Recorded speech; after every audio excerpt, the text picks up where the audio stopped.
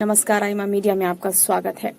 हर वर्ष 21 जून को दुनिया भर में अंतर्राष्ट्रीय योग दिवस मनाया जाता है। इस साल 10वां अंतर्राष्ट्रीय योग दिवस मनाया जा रहा है। इस वर्ष की थीम स्वयं और समाज के लिए योग रखी गई है। इस दिन दुनिया भर में घर घर में योग की ज्योति प्रज्वलित की गई, जिसमें करोड़ों लोग भाग ले रहे हैं। आज की भागदौड़ भरी जीवन शैली में स्वस्थ रहने और बीमारियों को भगाने के लिए प्राणायाम और योग को अमृत समान माना गया है। यही एक ऐसा निरोगी कार्यक्रम है जिसमें एक पैसा खर्च नहीं होता। हमारी आज की भागदौड़ भरी जीवन शैली ने हमें अनेक बीमारियों का शिकार बना दिया है। इन बीमारियों पर हमारे कठिन परिश्रम से वर्जित कमाई का एक बड़ा भाग व्यय हो जाता है। योग से बिना कोई राशि खर्च किए तन और मन को स्वस्थ रख सकते हैं, बीमारियों को दूर भगा सकते हैं। आज योग और प्राणायाम ने देश और दुनिया में अपना शासन स्थापित कर लिया। बच्चे से बुजुर्ग तक ने निरोगी रहने के लिए योग को अपने दैनंदिन कार्यों में शामिल कर लिया है।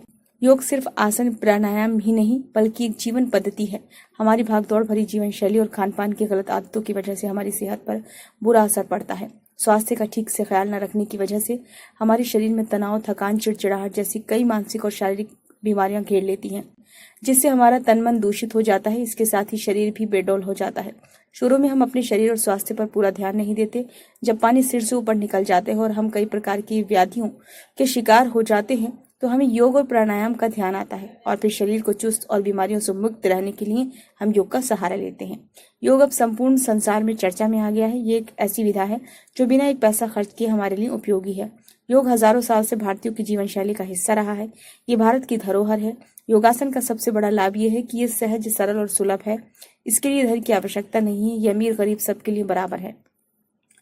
योगासनों में जहां मांसपेशियों को तानने, सिकोड़ने और रखने वाली शारीरिक क्रियाएं करनी पड़ती हैं, वहीं दूसरी ओर तनाव, खिंचाव दूर करने वाली क्रियाएं भी होती हैं। इससे शारीरिक थकान मिटने के साथ साथ आधुनिक जीवन शैली की विभिन्न बीमारियों से भी मुक्ति मिलती है। इससे शरीर पुष्ट होने के साथ पाचन संस्थानों में विकार उत्पन्न नहीं होता, मोटापा कटता है, शरीर सुडौल बनता है। निश्चय ही योग शारीरिक स्वास्थ्य के लिए वरदान है।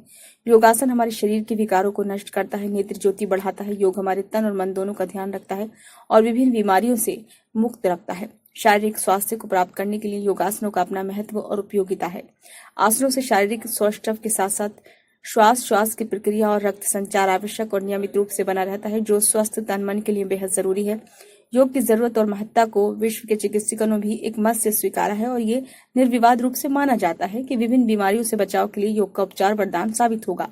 योग का शाब्दिक अर्थ तन और मन को प्रसन्न रखता है। योग हमारे देश में कोई नई प्रणाली नहीं है।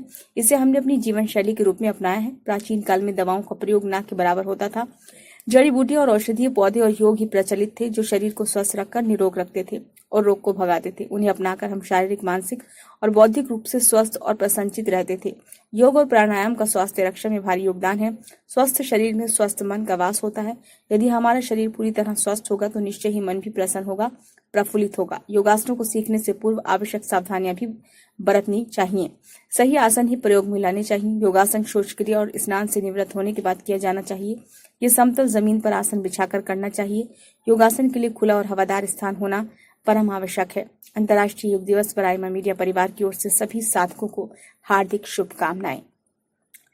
ये वीडियो आपको कैसा लगा? यदि अच्छा लगा हो तो लाइक करें, कमेंट बॉक्स में सुझाव दें। आपने इस चैनल को सब्सक्राइब नहीं किया है तो कर लें।